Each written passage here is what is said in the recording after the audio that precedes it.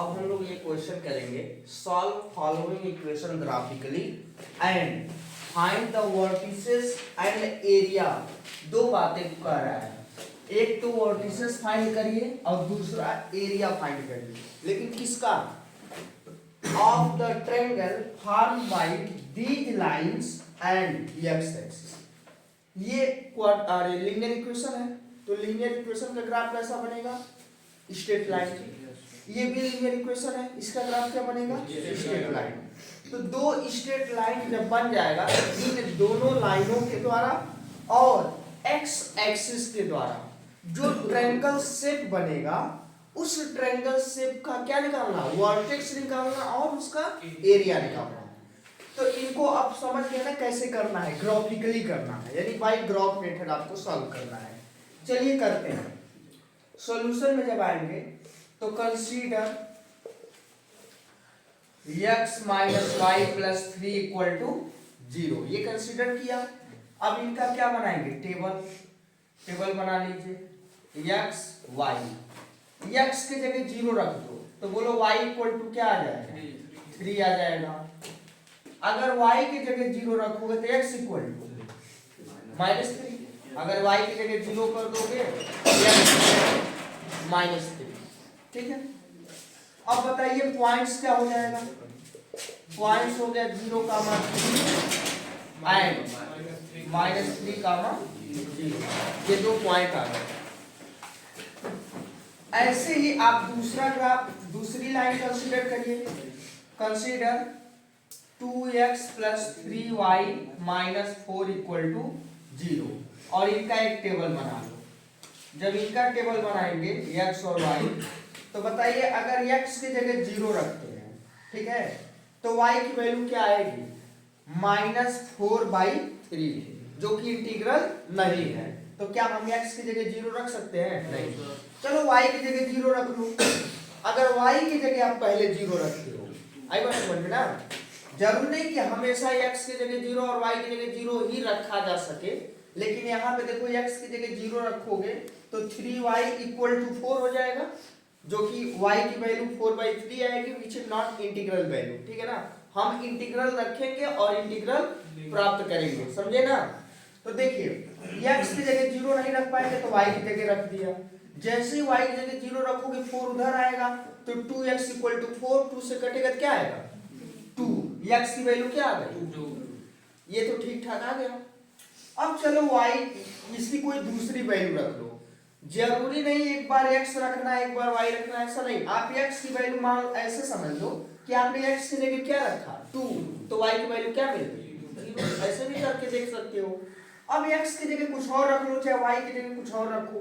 चलिए थोड़ा बहुत रफ वर्क आपको करना पड़ेगा, कर लीजिए। देखो हमने बताया था कि ऐसे सिचुएशन में जहां इंटीग्रल वैल्यू नहीं आती है, आप इसको y को एक तरफ कर लो, 3y यही रहने दो, 4 को उधर ले जाओ तो क्या हो जाएगा? 4, और 2x को उधर ले जाओ तो माइनस के 2x। अब यहाँ से 3 हटाओगे तो y इक्वल टू क्या आएगा? 4 - 2x/3। अब बताओ x की जगह ऐसा क्या रखा जाए कि y जो भी वैल्यू ऊपर बने वो 3 से क्या हो जाए? डिवाइड हो जाए। अगर यहाँ x की जगह हम क्या रख दे? -1 रख दे। x की जगह क्या रखे?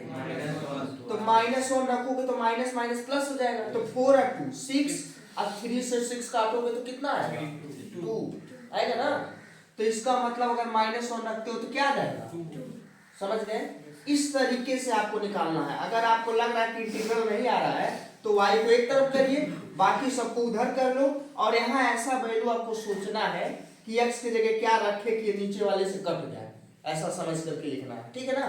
तो ये रफ वर्क है, इसको हम यहाँ पे नहीं करेंगे, ये रफ वर्क पे करेंगे। अब बताइए पॉइंट्स क्या हो गया? पॉइंट्स हो जाएगा 2, 0 और -1, 2। और ये जो भी लाइनें ड्रा करनी है, ग्राफ ड्रा करना, कहाँ करना है? ग्राफ पेपर पे करना है, समझ गए? चलिए अब ये ग्राफ पेपर मैं तैयार कर ले रहा हूँ, आप लोगों को मिलेगा और खरीद लीजिए, उससे प्रैक्टिस कर लीजिए। 0, 3 कहाँ होगा भैया? 0 का इस पॉइंट का नाम A कर दो, इस पॉइंट का नाम B कर दो, इसको C कर दो, इसको D कर दो। बताओ 0, 3 कहाँ होगा? जहाँ x 0 है x 0 है, वो कहाँ होता है y एक्सिस, तो y एक्सिस पे यहाँ पे 1 2 और 3, 0,3 यही हो गया। -3, 0 कहाँ होगा, y वाला 0 है तो कहाँ होगा x एक्सिस पे, लेकिन माइनस में है तो निगेटिव साइड होगा। तो देखो -1 -2 और -3, तो ये हो गया -3, इस लाइनों को मिला दो ऐसे, आगे बन गया ऐसे। अब दूसरे C और D को मिलाइए, 2, 0 कहाँ होगा, यहाँ पे होगा 1 2, 2, 0 ये पॉइंट हो गया, और दूसरा पॉइंट -1, 2, तो -1 यानी x पे -1 चलेंगे और y पे कहाँ चलेंगे 2, तो यही कहीं जाएंगे हम ऐसे। तो इसको मिला दो, समझ गए, इसका कोऑर्डिनेट क्या है -1, 2, ये आपका D हो गया, ये B हो गया, और नहीं ये A है, और ये B है, और ये C है, और ये D है। अब जब ग्राफ पे आप देखोगे तो ग्राफ पे शायद यही पॉइंट आपका आंसर होगा, ठीक है ना, क्यों, क्योंकि जो पॉइंट कॉमन में आता है, जिस पोजीशन पे वो इंटरसेक्ट करते हैं, यानी जो पॉइंट दोनों में कॉमन होता है, that will be the solution, ठीक है ना, तो ये आपका सॉल्यूशन हो जाएगा। तो अगर हम ग्राफ पे नहीं कर रहे हैं तो हम थोड़ा इसको चेक कर लें कि इसका सॉल्यूशन क्या है, रिजल्ट में -1 और 2 आ रहा है कि नहीं, तो -1, 2 दोनों में सेटिस्फाई करा लो, x की जगह क्या रख दो -1, तो -1 हो गया, और y की जगह क्या रख दो 2, तो -2, और प्लस के 3 = 0, -2 -1 -3 + 3 0 = 0, सेटिस्फाई हुआ कि नहीं, हो गया। ये ऐसे यहाँ पे रख लो, तो -1 रखोगे तो -2 हो जाएगा, y की जगह क्या रखोगे 2, तो 2 3 जा 6 प्लस के और आगे माइनस के, तो -4 -2 -6 और प्लस, सेटिस्फाई हो गया। तो देखो हमने इस पे एग्जैक्ट ग्राफ बनाया, सही है, तो इसका आंसर तो हो गया। नाउ आंसर में आप लिखेंगे x = -1 एंड y = बताओ y = क्या होगा 2 होगा। लेकिन एक बात और बोला है कि ये जो ट्रायंगल बन रहा है उसका क्या लिखना है, वर्टेक्स लिखना है, और क्या लिखना है, एरिया लिखना है। एरिया किसका, जो ट्रायंगल बन रहा है इन दो लाइनों के द्वारा, और किसके द्वारा, एक्स एक्सिस। तो बताइए आपका रिक्वायर्ड ट्रायंगल क्या यही वाला होगा, एक्स एक्सिस यही है ना, और ये कौन सा एक्सिस है, वाई एक्सिस, तो ये एक्स एक्सिस हो गया, ये दो लाइनें हो गई, तो इनका वर्टेक्स देखो, तो वर्टेक्स ऑफ यानी वर्टिसेस ऑफ ट्रायंगल, ट्रायंगल के तीनों वर्टिसेस देख रहे हो क्या क्या है, -1, 2, दूसरा क्या है -3, 0, और तीसरा क्या है 2, 0, and area of triangle, area of triangle बताइए क्या होगा, area of triangle 1/2 base into, तो 1/2, अच्छा इसको बेस मान लो, तो बताओ 2 यूनिट डिस्टेंस इधर है और 3 यूनिट इधर है, तो डिस्टेंस तो पूरा माना जाएगा ना, ये तो माइनस इसलिए दिया है क्योंकि उसका पोजीशन रिप्रेजेंट कर रहा है, लोकेट कर रहा है, तो ये 3 यूनिट इधर 2 यूनिट, तो बेस कितना होगा 5, तो 1/2 बेस हो गया 5 यूनिट, और इसकी हाइट मतलब ये y एक्सिस, तो y एक्सिस के लाइन कितना यूनिट गया 2 यूनिट, तो यहाँ हो गया 2, 2 से 2 कैंसिल, तो बताओ इसका एरिया कितना हो जाएगा 5 यूनिट हो जाएगा, समझ में आया।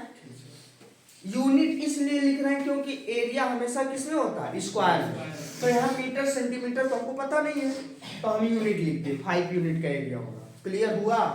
तो ऐसे क्वेश्चन आप लोग कर लेंगे, यही कभी कभी y एक्सिस के साथ कह देगा, या मान लो इसी क्वेश्चन में y एक्सिस के साथ कह दे, तो बोलो क्या करोगे, ये वाला ट्रायंगल दिख रहा है छोटा वाला, इनका एरिया निकालोगे, समझे। आप कहोगे कि सर यहाँ भी तो y एक्सिस मिल रहा है, तो भैया यहाँ पे एक के लाइन मिल रहा है ना, हमें तो ये दोनों लाइन चाहिए ना, तो दोनों लाइनें ये देखो मिल रहा है और एक y एक्सिस मिल रहा है, तो इस ट्रायंगल का एरिया आपको चाहिए, समझ में आया। तो ऐसे कभी x एक्सिस के साथ कहेगा, कभी y के साथ कहेगा, क्लियर हो गया, लिख लीजिए।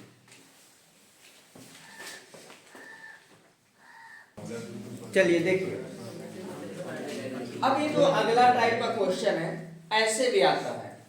क्या ये देखने में लग रहा है कि linear equation in two variable का क्वेश्चन है? मतलब देखने में तो लीनियर लग ही रहा है, लेकिन ये क्या स्टैंडर्ड फॉर्म में है? a1x + b1y + c1 टाइप का है क्या? नहीं है। तो जब नहीं है तो इन दोनों इक्वेशन को सॉल्व कैसे करेंगे? तो सॉल्व करने का तरीका ये है कि इसको कुछ लेट करना होगा। लेट 1/x को, जो डिनोमिनेटर में x आया ना, तो 1/x को हम कुछ नया वेरिएबल u मान लें और 1/y को क्या मान लें? v मान लें। तो एक u हो गया, एक v हो गया, समझे? अब ये देखो क्या बन जाएगा। पहला वाला इक्वेशन बनेगा 1/2 ऐसे रहना है, नीचे है ना 2, तो इसको 1/2 बोल सकते हो। इनटू इसको 1/x कह सकते हो, नहीं कर सकते? तो 1 1 जा 1 रहेगा, नीचे 2x हो जाएगा। अब इनकी जगह पे बोलो क्या रहेगा? u। लेकिन u का मतलब यहाँ नीचे नहीं रहेगा, ये पूरे की जगह u है या डिनोमिनेटर में आएगा, समझ गए ना? तो ये गलती मत करिएगा कि नीचे u लिख दो, ठीक है? तो यहाँ पे हो जाएगा तुम्हारा क्या बन जाएगा बताओ तुम? u/2 बनेगा और माइनस यहाँ पे क्या बनेगा? Equal to. अब जब दोनों वेरिएबल नोमिनेटर में आ गए, अब इनका एलसीएम करके इक्वेशन बना। अब बताओ u-2v/2 इक्वल टू, अब इसको इधर क्रॉस मल्टीप्लाई कर दो, u-2v इक्वल टू, ये इक्वेशन नंबर 1 हो गया। ऐसे ही इधर आइए, 1/x की जगह क्या लिख दो? u प्लस, यहाँ पे हो गया 1/2 इंटू v, ये v हो गया, और इधर इक्वल टू 8, क्रॉस मल्टीप्लाई करिए, इसका एलसीएम लेके 2u प्लस v अपान नीचे क्या है 2 इक्वल टू 8, इसको इधर भेज दो, तो 2u plus v equal to 16, equation number 2। अब जैसे x और y में आता था वैसे अब किस में आ गया? u v में आ गया, समझ गए? अब देखो दोनों इक्वेशन को हम किसी भी एक मेथड से सॉल्व कर सकते हैं, चाहे एलिमिनेशन से, चाहे ग्राफ से, चाहे सब्स्टिट्यूशन से। तो बताओ कौन सा वाला कर सकते हैं? हमने कहा मोस्टली आप एलिमिनेशन से करिएगा, लेकिन यहाँ चाहो तो किससे भी कर सकते हो, सब्स्टिट्यूशन से, क्योंकि u अकेला यहाँ आया हुआ है, ठीक है? तो आप ऐसे चलिए फ्रॉम इक्वेशन नंबर 1 से वैल्यू निकाल लेते हैं। फ्रॉम इक्वेशन नंबर 1 से किसकी वैल्यू निकालेंगे? u की। तो बोलो ये इधर आएगा ना, तो आ जाएगा -2 और +2 इंटू v। अब यही u की वैल्यू बोलो कहाँ पुट करोगे? किस इक्वेशन में करेंगे? सेकेंड में, जहां से निकालते हैं वहां नहीं पुट करते, दूसरे में करते हैं। तो इस मेथड को क्या बोलते हैं? Substitution method. अब पुट करिए, now put in equation number 2। अब जैसे ही आप 2 में पुट करोगे तो देखो 2 इंटू यू है, u के जगह क्या रखिएगा? -2 + 2v, अब प्लस के आगे क्या है? v इक्वल टू 16, यही है। 2 का 2 में मल्टीप्लाई करिए, क्या आएगा? -4 प्लस 2 का यहाँ करोगे तो 4v plus v equal to 16। अब बताओ 4 को उधर ले जाओ, अब 4v और 1v कितना हो जाएगा? 5, और ये माइनस उधर आएगा प्लस होगा, तो 16 + 4 कितना हो जाएगा? 20। 5 से इसको कट करोगे तो v इक्वल 4 आ गया। अब यही v इक्वल टू 4 किसी एक में रख दो, ठीक है ना? देयरफॉर इसको 1 या 2 में कहीं भी पुट कर दो। देयरफॉर u इक्वल टू बोलो क्या होगा? तो यहाँ u एक तरफ किए थे ना, उसी वाले में रख दो यहाँ। तो यहाँ हो जाएगा तुम्हारा -2 प्लस 2 इंटू v, v की जगह क्या हो जाएगा यहाँ पे? 4। अब बताओ 4 2 जाए, 8 में से 2 जाएगा, तो u इक्वल टू क्या आ गया? बट हमारा आंसर किसके लिए चाहिए? x y के लिए। ये किसके लिए आया? तो अब बताओ u इक्वल टू कितना आया? 4। तो u की जगह हमने क्या माना था? 1/x, तो यहाँ क्या आ गया? 4। अब x निकालना है ना, इसका उल्टा कर दो तो x इक्वल टू 1/4, दोनों तरफ का रिवर्स कर दिए। ऐसे ही बताओ v इक्वल टू क्या है, v इक्वल टू कितना है 6। अच्छा उल्टा हो गया, यहाँ v की वैल्यू आई थी ना 4, तो ये v की जगह 1/y लेट करोगे तो बताओ y इक्वल टू 1/4। अगला u इक्वल टू क्या आया है 6, तो u की जगह क्या लेट किए थे 1/x और यहाँ 6, तो x इक्वल टू 1/6। अब यही आंसर हो गया, समझ गए। तो जब भी कभी ऐसे क्वेश्चन आते हैं उसको हम एक नया वेरिएबल लेट करेंगे और उसके बाद उसको सॉल्व करेंगे, फिर वही वैल्यू जो लेट किए थे रख करके x और y फाइनली फाइंड कर लेंगे। क्लियर है।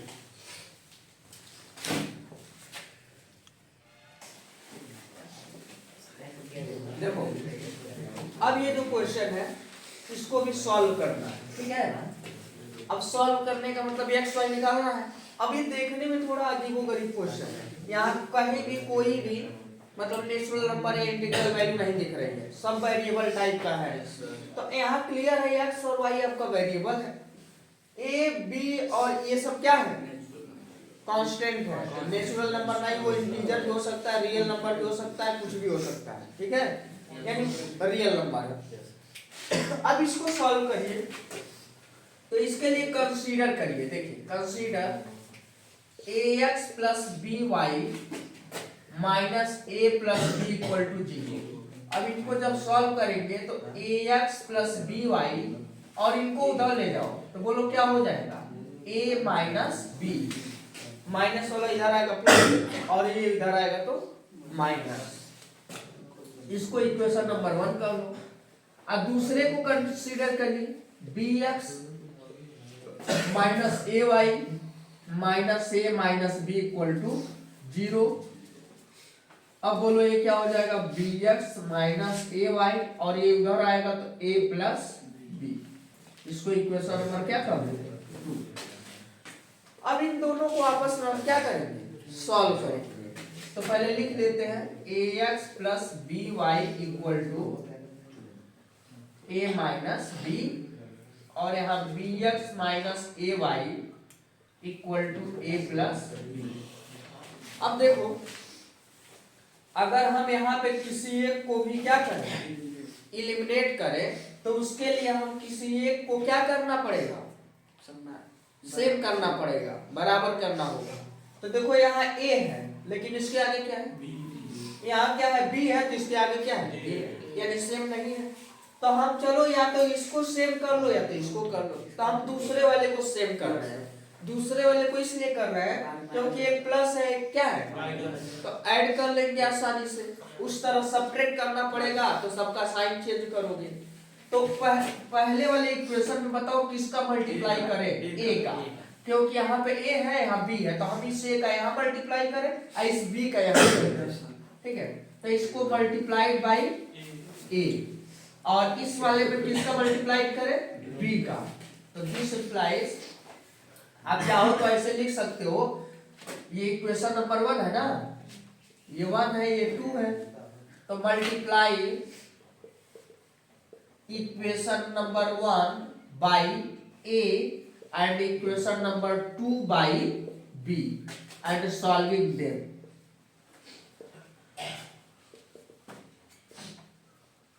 चलो मल्टीप्लाई कर लिया, a का यहाँ किया तो a स्क्वायर x, यहाँ कर लिया a b y, यहाँ कर दिया a स्क्वायर, यहाँ माइनस के a b, यहाँ कर दिया b स्क्वायर x, यहाँ कर दिया तो a b y, यहाँ कर दिया a b और यहाँ कर दिया b स्क्वायर। अब बताओ ये दोनों इक्वल है बट अपोजिट साइड क्या किया जाए ऐड करोगे तो दोनों क्या होगा कैंसिल।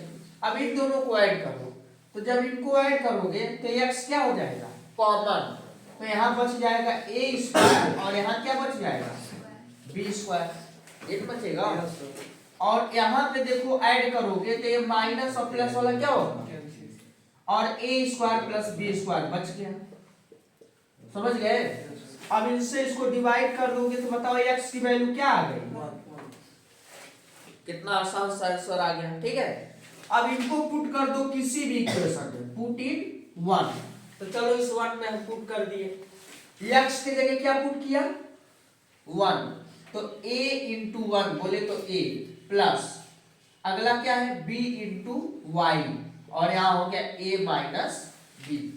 अब बताओ इस a से ये a क्या हो जाएगा कैंसिल, यहां बच गया बी वाई, यहां माइनस के b, b से b कैंसिल, तो y इक्वल टू माइनस। कितना खतरनाक क्वेश्चन था और उतना ही आसान आंसर आ गया।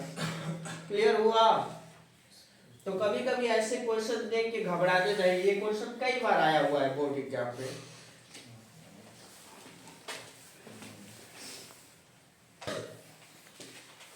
देखिए अब कुछ ऐसे क्वेश्चन आते हैं कि आपसे ये कहेगा कि दो इक्वेशन दे देगा और कहेगा कि शो करिए कि इसके इनफाइनाइट सॉल्यूशन है, या आप ये शो करिए कि इसके पास यूनिक सॉल्यूशन है। तो इसकी क्राइटेरिया लगा देंगे कि a1/a2 नॉट इक्वल टू है b1/b2 के, या a1/a2 equal to b1/b2 equal to c1/c2, ठीक है ना। लेकिन कभी कभार ऐसे पूछेगा कि आपको ये नहीं दिखाना रहेगा कि इनफाइनाइट सॉल्यूशन है कि क्या है, सीधे कहेगा कि इनके पास इनफाइनाइट नंबर ऑफ सॉल्यूशन है तो k की वैल्यू फाइंड करिए, समझ गए। या इनके पास यूनिक सॉल्यूशन है तो k की वैल्यू फाइंड करिए। तो जो कहेगा वही वाला कंडीशन लगा देना है, समझे। तो यहाँ बताइए दो इक्वेशन है, तो यहाँ a1 की वैल्यू बोलो क्या है 2 है, b1 की वैल्यू क्या है 3 है, और c1 की वैल्यू क्या है -7 लिखोगे, क्योंकि हमारा इक्वेशन ये होता है a1x plus b1y plus c1 equal to 0। एक तरफ 0 होता है, एक तरफ ये सारे कैंसिल हो जाएगा ना। हाँ हो जाएगा, लेकिन समझने के लिए तो आप ऐसे समझेंगे ना। तो बताए कोई पूछे तो a1 ये है, b1 ये है, c1 ये है, अगर यहाँ से कंपेयर करा रहे हैं तो यहाँ 7 को इधर ले जाओगे तो -7 हो जाएगा, नहीं हो जाएगा। लेकिन ये भी ले जाओगे तो ये भी तो -7 होगा, तो फाइनली वो कैंसिल हो जाएगा। बट फिर भी आप अगर ऐसे कोरिलेट कर रहे हो तो c1 की वैल्यू क्या बोलोगे -7। समझ में आई बात? अच्छा बताओ a2 क्या है k-1, b2 क्या है k+2, और c2 क्या है -3। अगर यहाँ माइनस ले लो यहाँ भी माइनस ले लो, समझ गए। यहाँ क्या बोला है, इसके पास कौन सा सॉल्यूशन इनफाइनाइट। तो आप लिखेंगे कि for infinite number of solution क्या होता है भैया condition a1/a2 equal to b1/b2 equal to c1/c2। अब यहाँ रखो a1 क्या है 2/k-1, b1 क्या है 3/b2 है k+2, और c1 क्या है -7 यहाँ -3 के। अब ये तो कैंसिल भी हो जाएगा, -3 के माइनस कैंसिल। अब इसमें किसी भी एक इक्वेशन को, मतलब अगर ये दोनों इक्वल है तो इनको लेके आपस में सॉल्व कर लो या इनको लेके कर लो, ठीक है। तो आप इसको लेके करते हैं तो यहाँ पे क्या बोल सकते हैं 2/k-1 और इक्वल टू 3/k+2, और ये भी कर सकते हो कि 3/k+2 इक्वल टू 7/3k, यहाँ से भी कर सकते हो। अब बताओ इसका मल्टीप्लाई करोगे तो क्या हो जाएगा 2k+4, इसका करोगे तो 3k -3, यही होगा ना। अब बताओ ये 2k इधर आएगा तो 2k -3k, यहाँ -3, इसको इधर ले जाओ तो -4। अब बताओ 3 में से 2 जाएगा तो क्या आएगा -k, और इधर 4 और -3 क्या आ गया -7, तो माइनस कैंसिल। तो बताओ k इक्वल टू क्या आ गया, समझ में आया। तो इस तरीके से आप इसको सॉल्व कर सकते हैं, जो कंडीशन कहेगा वही वाला कंडीशन यहाँ लगाइएगा और उसको लगा के सॉल्व करेंगे, k की वैल्यू आ जाएगी, समझ में आया।